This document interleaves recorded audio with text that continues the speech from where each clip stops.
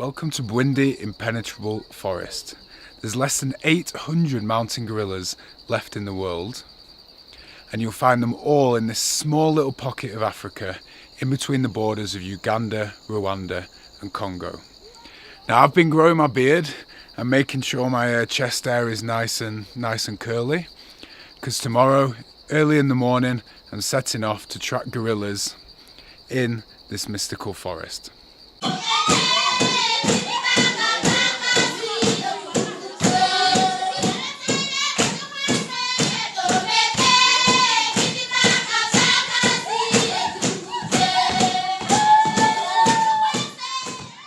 Gorilla trekking is one of the highlights of African travel, but it's not cheap and it's very confusing to organise for independent travellers. Hundreds of tour companies will try and get you on their expensive tours, but it's not necessary. There are 3 countries where you can do it: Uganda, where these images are from, as well as Rwanda and the Democratic Republic of Congo.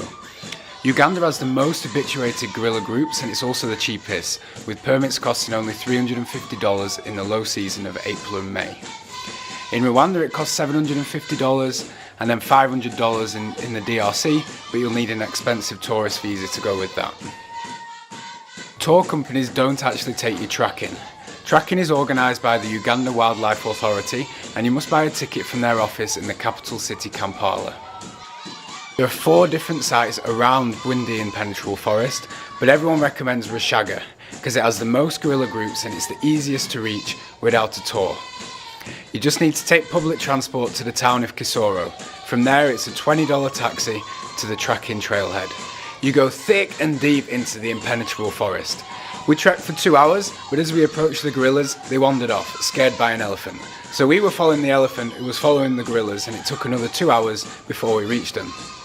Officially, you're not allowed closer than 7 meters, but at many times I was close enough to hold out a hand and hope for a handshake. They recognised our presence. Some just looked, the baby was curious, but the silverback and alpha male deliberately tore down a tree as a barrier between us. They certainly accepted us being there, but towards the end, it felt like the gorillas were sat there pondering why strange people were so fascinated by them eating their lunch. Officially, you're allowed an hour. I found this was a very generous hour, and by the end, I felt like I'd seen enough gorillas to last a lifetime. While it's very expensive, it is an incredible experience, particularly when you realise just how close the gorillas are to humans. Their facial expressions are insane, and they also struggle to climb trees.